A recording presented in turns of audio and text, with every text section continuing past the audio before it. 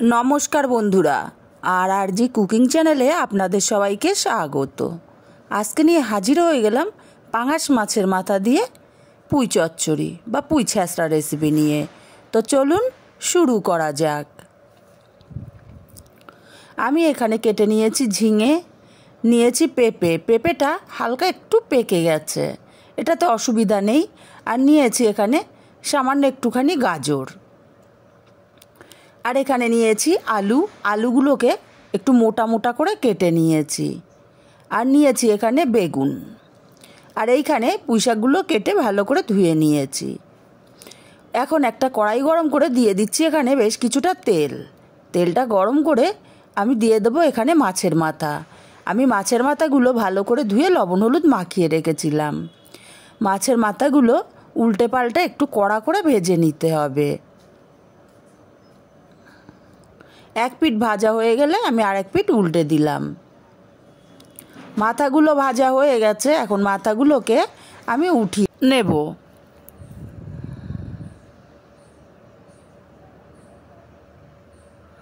মাথাগুলো উঠিয়ে নিয়ে এই তেলের মধ্যে আমি দিয়ে দেব আলু। প্রথমে আলুগুলোকে দিয়ে দিলাম, তারপরে সামান্য একটু হলুদ আর সামান্য লবণ দিয়ে আলুগুলোকে লাল লাল করে ভেজে নেব। আলুগুলো বেশ লাল লাল করে ভেজে নিয়েছে, আলুগুলো বেশ ভাজা ভাজা হয়ে গেছে। এখন এখানে দিয়ে দেব গাজর আর দিয়ে দেব পেঁপে। গাজর আর পেঁপেটাকে দিয়ে 2-3 মিনিট ভেজে নিতে হবে, কারণ আলুটা সেদ্ধ হতে বেশি টাইম লাগে। তাই আলুটা প্রথমে দিলাম, তারপরে পেঁপে আর গাজরটাকে দিলাম। গাজর আর পেঁপেটা ভালো করে ভেজে নিয়েছি। এখন দিয়ে দেব বেগুন আর ঝিঙেটাকে দিয়ে আরও 2-3 মিনিট আমি ভেজে নেব। এইভাবে সবজি ভেজে রান্না করলে তরকারি খেতে খুবই ভালো লাগে। সবজিগুলো বেশ ভাজা ভাজা হয়ে গেছে, এখন এই সবজিগুলোকে আমি উঠিয়ে নেব। সবজিগুলো উঠিয়ে নিয়ে এই কড়াইতে আমি আরও 2 চামচ পরিমাণে তেল দিয়ে দিলাম। তেলটা গরম করে 2টো শুকনো লঙ্কা দিলাম, একটা তেজপাতা, আর দেব কিছুটা পাঁচফোড়ন। দিয়ে দেবো এখানে একটা পেঁয়াজ কুচি। আমি একটা বড় সাইজের পেঁয়াজ কুচি করে কেটে রেখেছিলাম।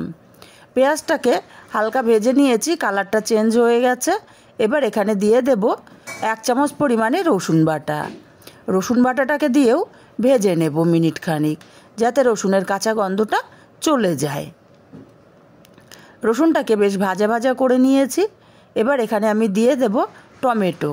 আমি একটা টমেটো ছোট ছোট টুকরো করে কেটে নিয়েছি। টমেটোটা দিয়েও একটু কষিয়ে নেব, এতে করে টমেটোটা বেশ নরম হয়ে যাবে। এবার এখানে দিয়ে দেব আদা আর কাঁচা লঙ্কা বাটা। আমি আদা আর কাঁচা লঙ্কা একসাথে পেস্ট করে নিয়েছি। আদা আর কাঁচা লঙ্কাটাকে কষিয়ে নিতে হবে। এই যে সবজিটাতে যেটুকু ঝাল হবে সবই কাঁচা লঙ্কারই ঝালটা হবে।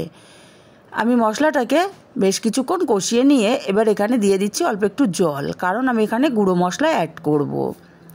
মশলাটাকে জলের সঙ্গে ভালো করে নাড়াচাড়া করে মিশিয়ে দিলাম। দিয়ে দেব আমি এখানে প্রথমে কাশ্মীরি লঙ্কার গুঁড়ো 1/2 চামচেরও কম দেবো, 1 চামচ ধনে গুঁড়ো, আর 1/2 চামচ দিয়ে দিলাম জিরে গুঁড়ো, 1/2 চামচ হলুদ। এবারে সব মশলা আমি খুব ভালো করে কষিয়ে নেব। মশলা যত ভালো করে কষানো হবে তরকারির স্বাদ ততটাই ভালো হবে। মশলাটাকে বেশ কিছুক্ষণ কষিয়ে নিয়েছি, এক্সট্রা জলটা একদমই শুকিয়ে গেছে, মশলা থেকে তেল ছাড়তে শুরু করেছে। এখন মাছের মাথাগুলোকে ভেঙে দিয়ে আমি মাছের মাথাটা মশলার সাথে মিনিটখানেক কষিয়ে নেব।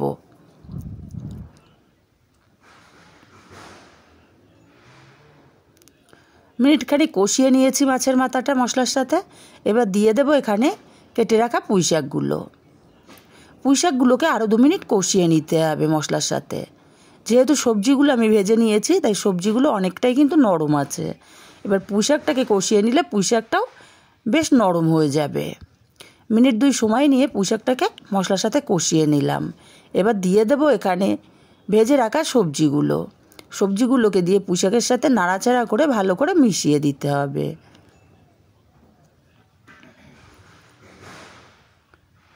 এবার এখানে দিয়ে দেব স্বাদ মতো লবণ, আর দিয়ে দেব 1 চামচ চিনি। চিনিটা কষানোর সময় দিলে ডাঁটার মধ্যে চিনিটা খুব ভালোভাবে ঢুকতে পারবে, তাই আমি কষানোর সময় দিয়ে দিলাম। লবণ চিনিটাকে দিয়ে আমি সবজিটাকে আরও 2-3 মিনিট কষিয়ে নিয়েছি। এবার এখানে দিয়ে দেব জল। সবজিগুলো আমার কষানো আর ভাজা দিয়ে অনেকটাই সেদ্ধ হয়ে গেছে, তাই সামান্যই আমি এখানে জল দিলাম, খুব বেশি জলের এখানে দরকার পড়েনি।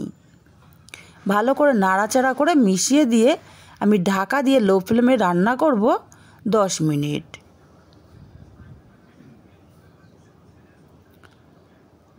তবে 5 মিনিট পরে আমি ঢাকাটা খুলে একটু নেড়ে দেব, যাতে কড়ার নিচে সবজিটা না লেগে যায়।